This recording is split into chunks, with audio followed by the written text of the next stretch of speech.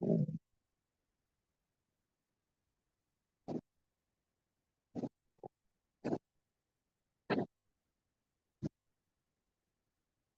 on.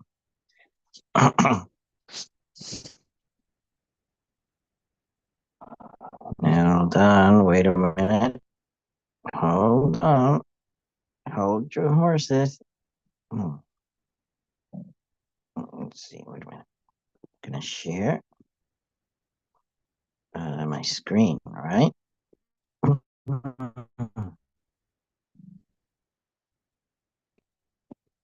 To be careful what I share. You know how YouTube gets. Okay. So I lost the channel because I shared something I didn't even know I was sharing to YouTube, and they took my channel away. Thank you, YouTube, for removing my channel because I accidentally went, not knowing that I was sharing, I went to a, a site, a website with sexual content. And I didn't even know I was sharing. And then YouTube was unkind in removing it and then giving me opportunity to appeal, but I only get one opportunity and I failed it. Why doesn't YouTube give the opportunity to remove the content itself? Because 99.999% of the content I was putting on YouTube had for years been wholesome and safe. And I got the whole channel removed after 15 years of working on the channel. That really hurts. So YouTube cannot be trusted with our content. I'm thinking of moving to another platform because YouTube is very selfish. It's no longer what it was meant to be at the beginning. It's wanting to make money and it's filling it with advertising. Let's see. Where do I want to go? Okay, I want to go to my email. So I'm going to read.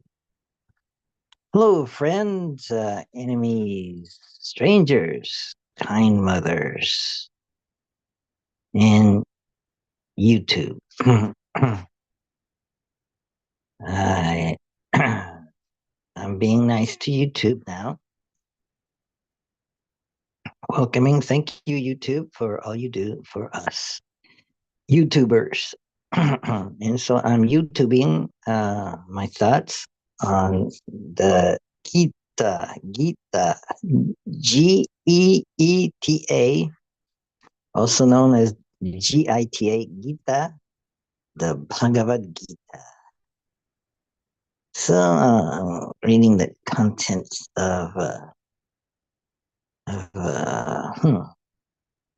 some notes. So you could think of one of my teachers or gurus is a person by the name of Scott Tatesworth, whatever.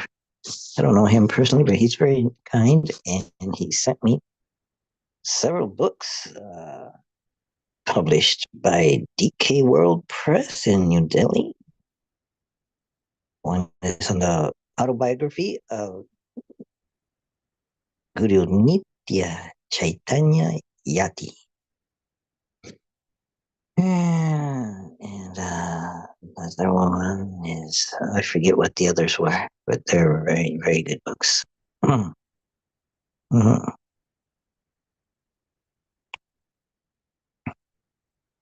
So I'm thinking of making not just a person be a guru. I'm thinking of making a book being a guru. So I'm going to try to make the Bhagavad Gita be my guru. So why is that? So the word guru means remover of darkness. So it doesn't have to be a person. So we can use a book as a remover of darkness. Of course, the book has been made by a person or a set of persons on a topic that involved lots of persons. So I think of the Gita as something like that. The Gita I'm looking at is the one with commentary by Guru Nitya Chaitanya Yati. Wow, it's a good one. So we'll be using the Gita for the class as our guru. But Scott Hainsworth is an advanced student, so he can be guiding us. So if read carefully and with respect, it will bring many insights that brighten one's state of mind. Okay, so we have too many participants for me to write extensively to each of you separately. If you read the assigned sections in my commentary, most of you, your questions will be addressed. So we put it up to the top. No, let me put it like this. Mm-hmm. Oh,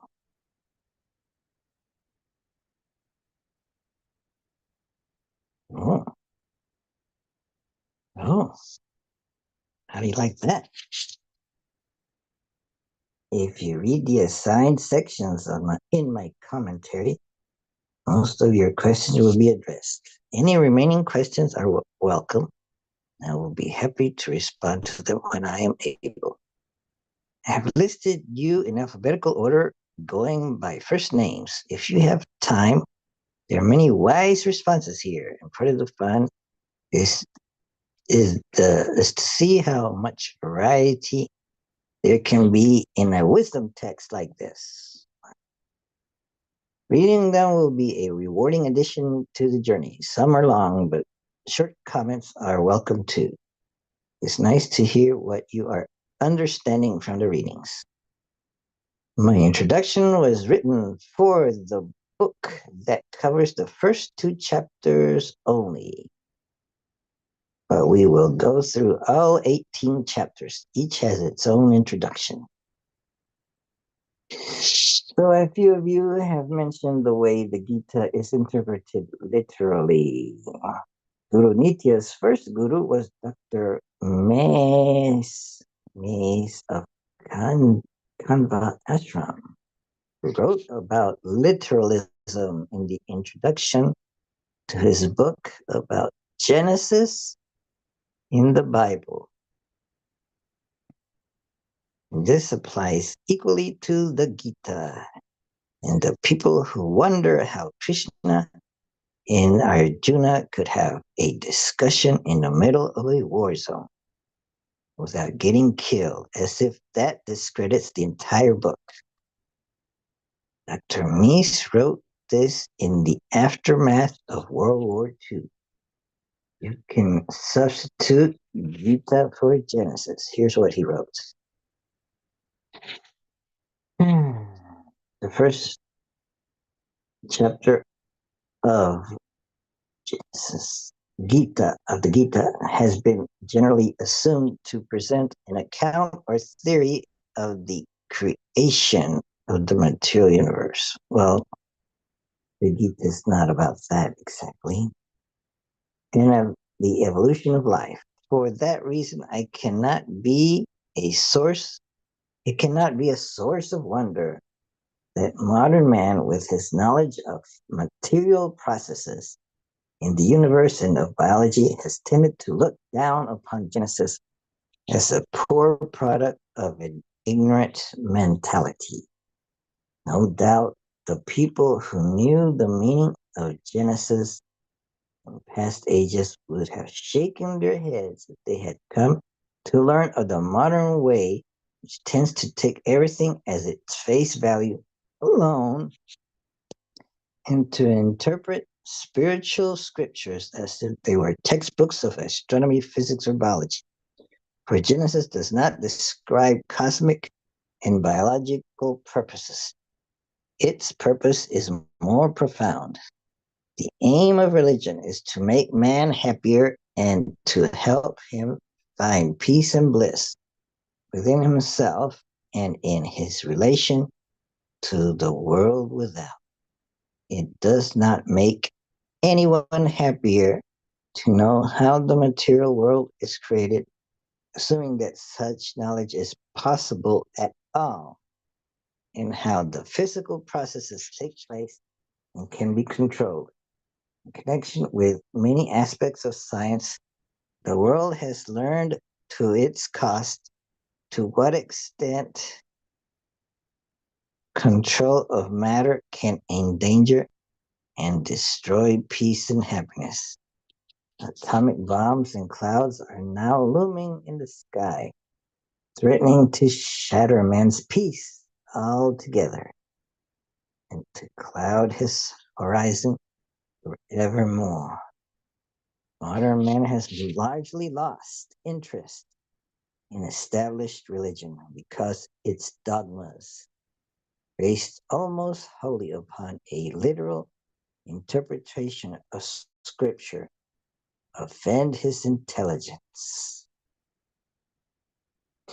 He has become convinced that the great astronomers and physicists of these days have something to tell us that is more intelligent than the superstitious and outworn traditions which are contained, according to his belief, in Scripture. And who can blame him as long as he does not know the deeper meaning hidden in the fundamental teachings of Genesis?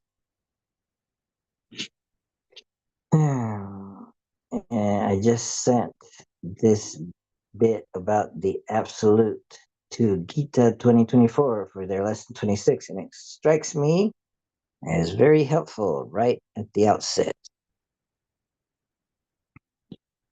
I have Nitya's Encyclopedia of Philosophy, and the entry for absolute is quite impressive. No mention in it of Indian philosophy, of course. The absolute in the 1967 Collier Macmillan Encyclopedia of Philosophy excerpts. First paragraph. The absolute is a term used by philosophers to signify the ultimate reality regarded as one and yet as the source of variety, as complete or perfect, and yet as not divorced from the finite, imperfect world. The term was introduced into philosophical vocabulary at the very end of the 18th century by Schelling and Hegel and was naturalized into English by Coleridge as early as 1809, 1810 in the Friend. Later in the century, it was an important term in the writings of such idealist philosophers as Ferrier, Bradley, Bosanquet, and Royce.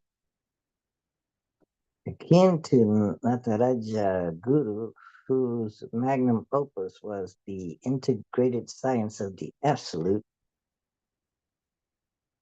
in 1803 there appeared the second edition of the essay by Schelling titled Ideen zur einer Philosophie der Natur, which had first appeared in 1797.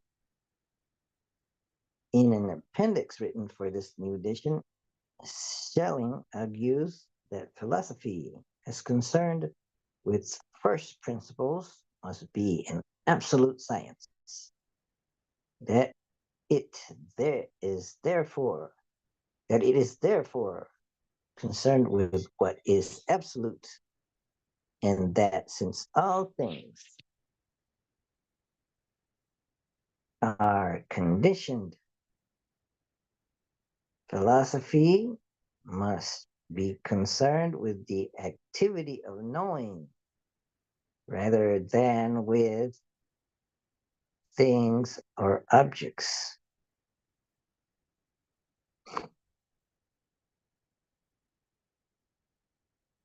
Hmm.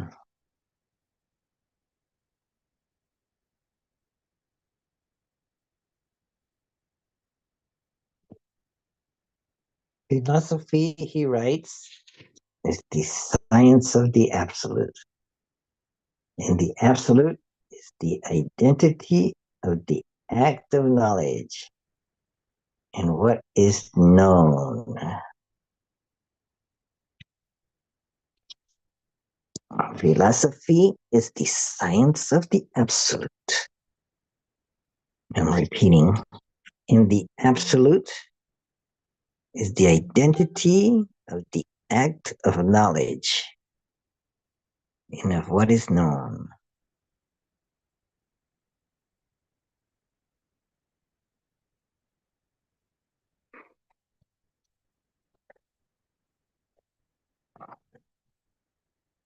Schelling gives the name absolute idealism to the philosophy in which this identity is recognized.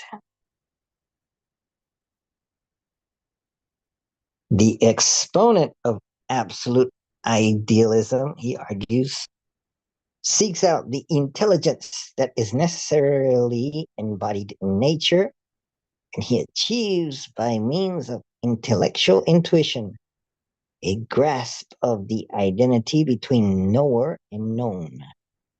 The absolute was now well established in the vocabulary of idealist philosophy.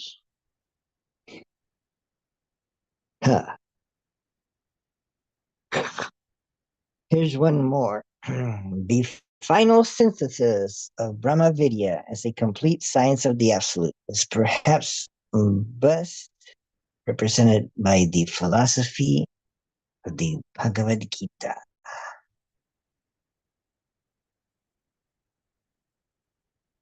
Hmm. Good to mention. I like to use Roman numerals for chapters. Okay.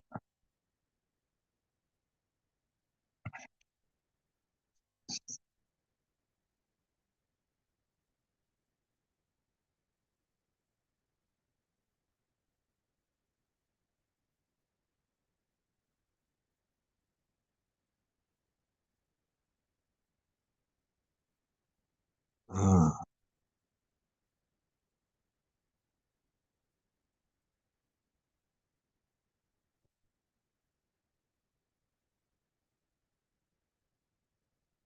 What is behind my avoidance of doing work that I know brings me to a place of peace and happiness? And wouldn't you know it, an answer just came to me. It's clear to me I suffer from hypervigilance, a state of being I attribute to an early life, including in utero of trauma, and explicitly of a solo caregiver in deep trauma during those times, and a resultant condition to always be on the alert for what to avoid and how to get the love and care I desperately needed to feel safe.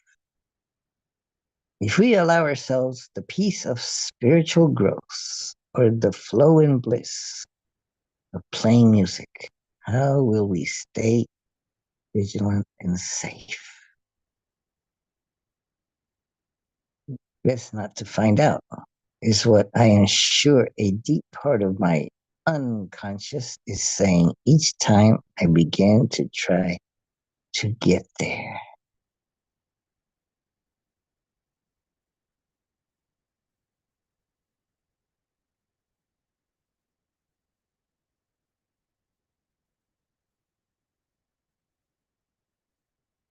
Hmm. So there is certainly the responsive conditioning of society and the masks I am sure I wear in that regard. I believe my deepest challenge is to sit with the tension inside myself, between a part of me that does everything it can to keep me afraid and scanning the horizon of what out there I might want to avoid or cling to, and the other part that knows it's okay to let that go and to experience peace and flow and joy. And so into the chariot I climb. I hope with a level of determination sufficient to stay engaged in this internal conflict and open to the wisdom of these teachings and the support of this Sangha. May we all find here what is needed, and may our efforts contribute to and benefit the lives of all sentient beings. I added that. And Guru Scott says, or our fellow student Scott, but the leader of the band says, hmm, responds to Aaron, bingo, Aaron, you just proved the game. You are the one who can best answer your questions. And it can happen quickly once you put your mind to it. It's okay to figure you're working with Krishna here, but that force is within you. And you most directly access it internally. Krishna is like a mirror image of your psychology. So the out there is also in here. As soon as you really ask, as well as prepared by your whole life experience, you got your first footstep of a 1,000-mile journey of recovery. This will happen many times, either in the class or you can practice it anywhere. So listen closely to your inner wisdom. You know yourself better than anyone. There will also be good advice in the class, such as being vigilant to notice your hypervigilance. Being vigilant to notice your hypervigilance will only make it worse. Anyway, it won't help. You need to recognize you are in a safe place with this class and let go. Gradually is okay. No pressure. Arjuna, building trust in Geeta is a major theme of the entire Gita, especially the first half. It is not built in a day, yet knowing where it originated is a huge advance.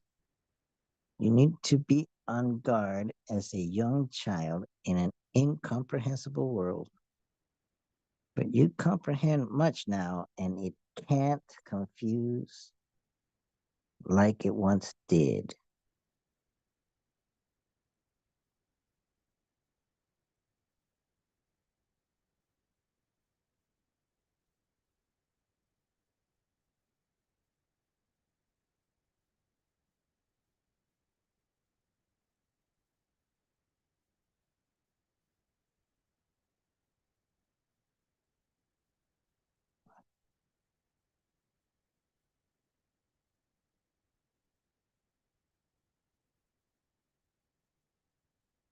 Arjuna building trust in Krishna is a major theme of the entire Gita, especially the first half. It is not built in a day, yet knowing where it originated is a huge step advance.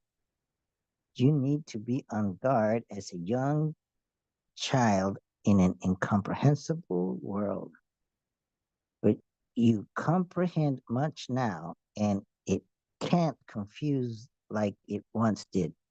You don't have to understand every last drop.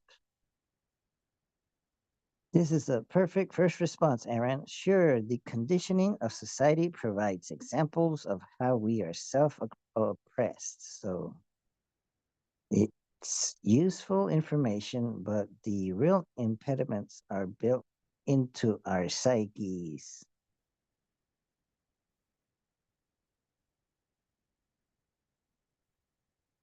Hmm.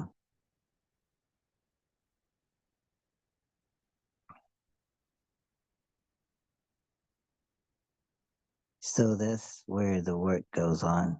The most fun work, the most relief bringing work. There is. Welcome aboard. We check. Wait a minute. Should I?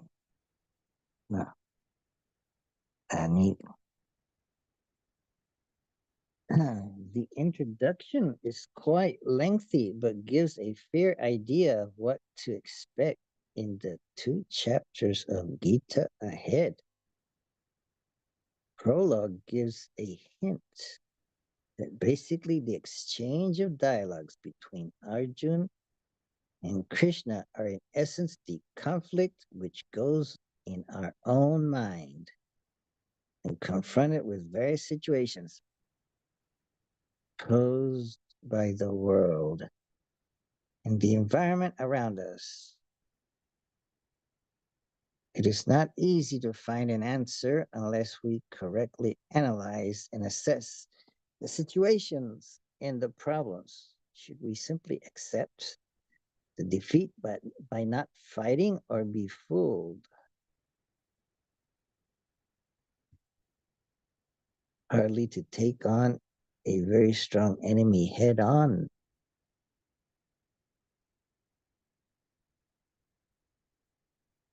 I intend covering my response pairwise for ease of co- for ease of correlation.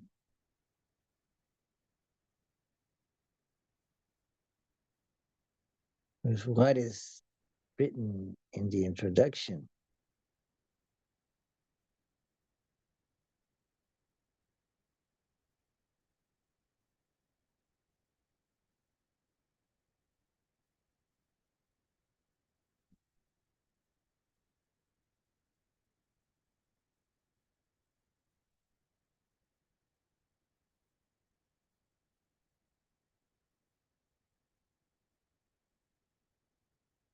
What is pairwise? The global Gita. Mhm. When there is darkness around and no clarity, a person looks for guidance or ideas that shall illuminate the mind and provide the direction to work on. In essence, Gita, which should not merely be taken as a holy text, is the sum total of the wisdom of various rishis, which has been compiled by Rishi Vyas, Vedavyas, who is considered as the originator of Gita. Many commentaries have been written on Gita, wherein each scholar has his or her perception. Mm,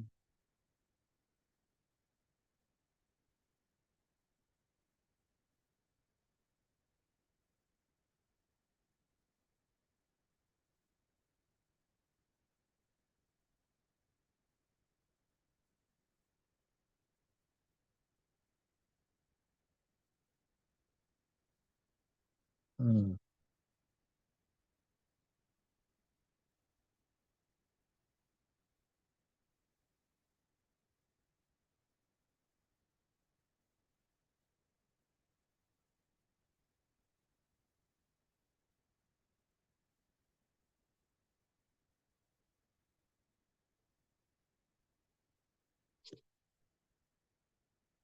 mm.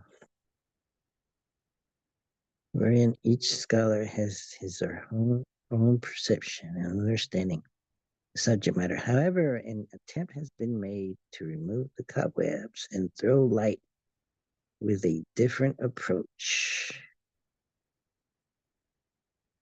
The overall plot: good and evil forces are always at work in this universe. It is up to us to realize our potential and fight the evil forces as a hero who is self motivated.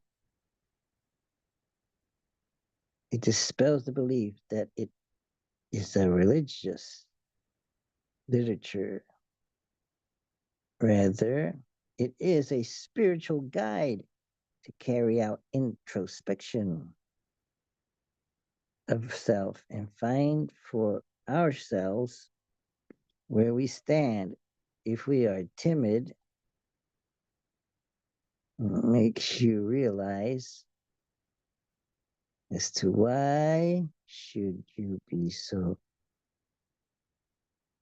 Mm,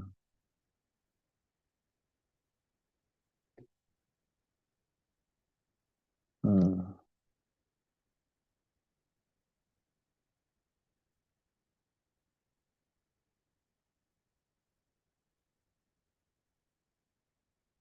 If we are timid, it makes you realize as to why should you be so in the first place, and must make efforts to realize your own potential and take the most appropriate decisions. Hmm. Now, why is the Gita set on a battlefield? During our childhood, we have the protection and guidance of our parents. But as we grow up as adults, we are saddled with various responsibilities and are always.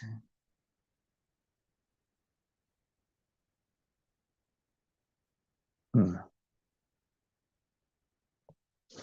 why is the Gita set on a battlefield? In our childhood, we have the protection and guidance of our parents. But as we grow up as adults, we are saddled with various responsibilities and are always in a state dilemma as to how to satisfy others' expectations. It is a difficult balancing act.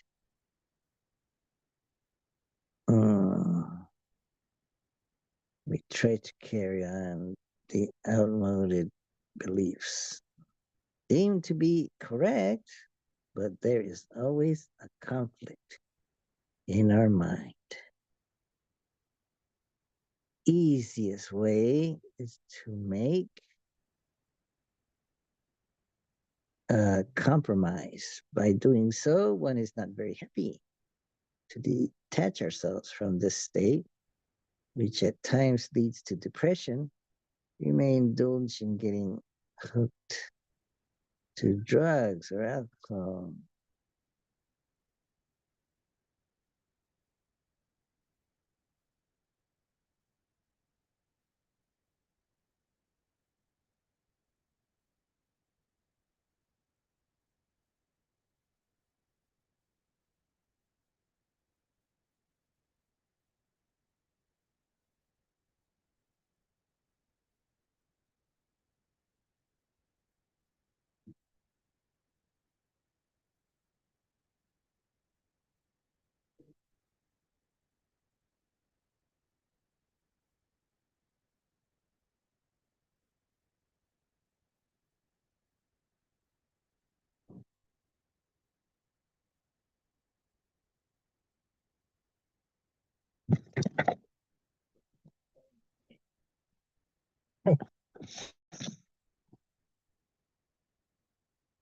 I see.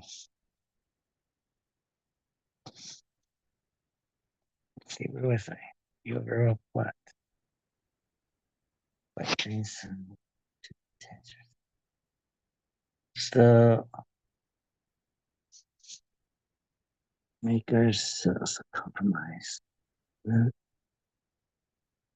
mm, mm, mm, mm. The Gita teaches us to take on the path less traveled. We discover uh, running away from problems. We discover ourselves and make positive contributions to society instead of running away from problems. Those who choose this path are later revered by others. Oh. Hmm. The subject matter. Hmm. So a man is born free, but he feels chained by problems and set out norms, and always living in a state of fear as he is apprehensive that if he steps away from the laid down norms, he would be condemned by others.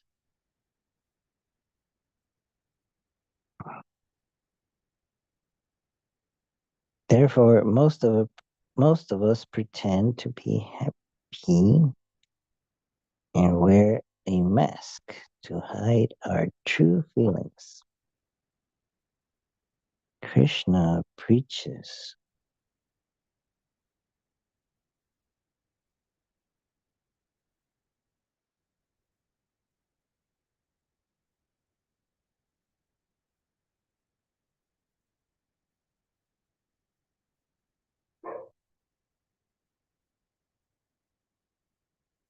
Krishna preaches in Gita that we should no longer remain an obedient boy, but should be able to grow as an adult to analyze and differentiate the right from wrong and be bold enough to break the norms if needed.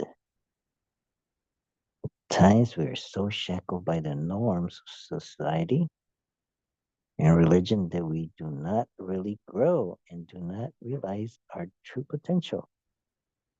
Gita shows us the way to get out of this psychic prison. Learn to be an independent being and take our own decisions when confronted with difficult situations.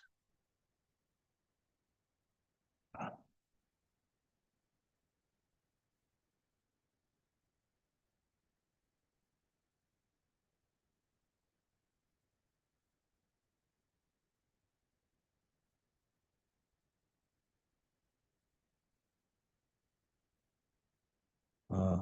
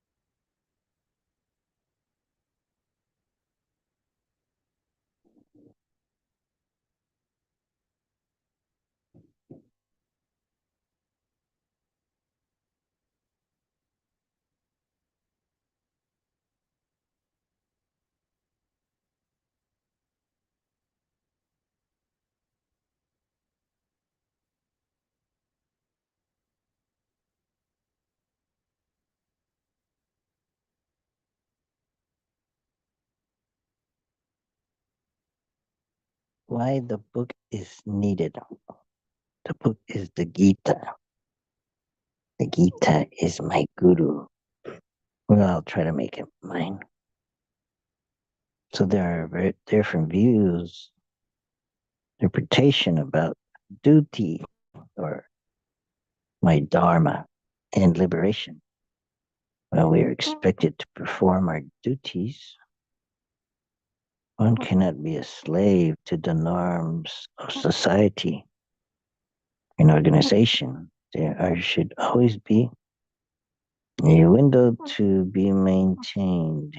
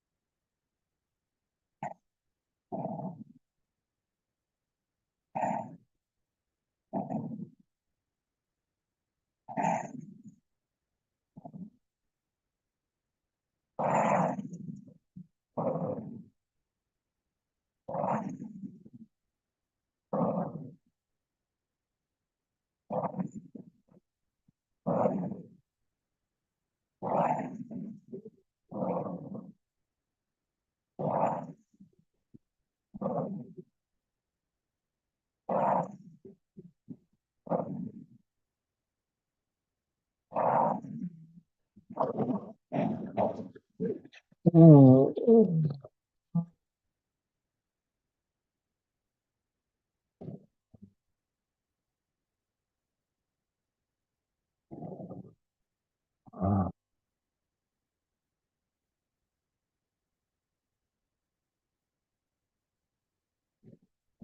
Mm.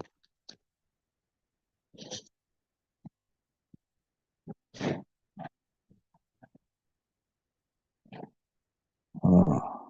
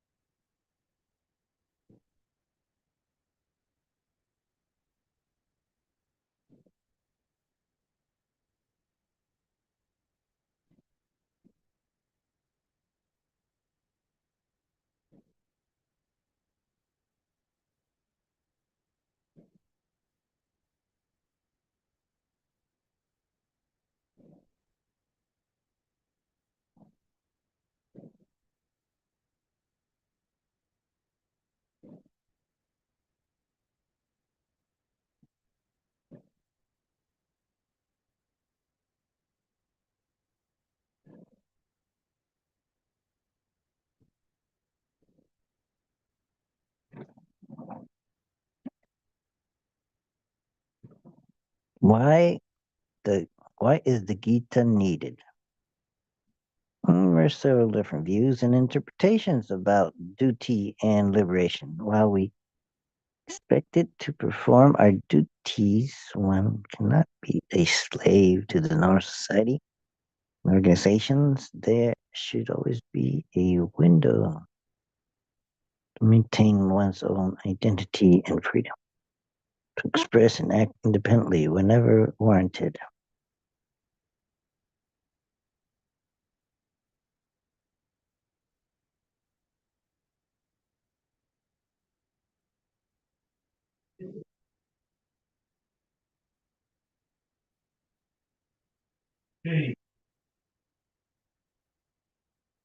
Yoga.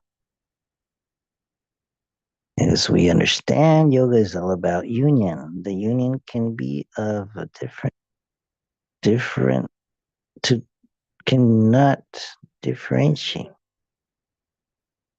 The union of yoga can be of good and bad as well as the opposites. Otherwise,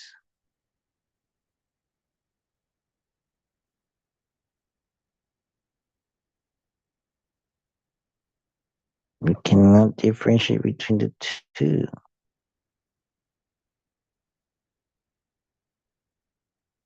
The union can be of good and bad as well as the opposites. Otherwise, we cannot differentiate between the two.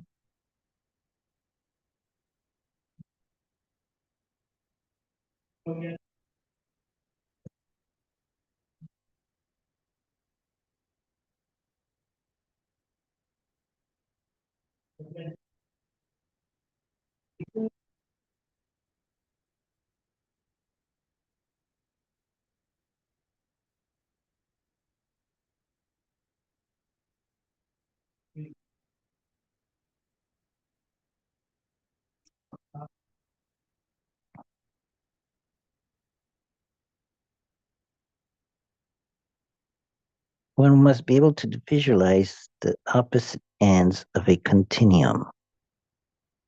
Each part has its distinct role to play, but these have to act in unison for a holistic effect.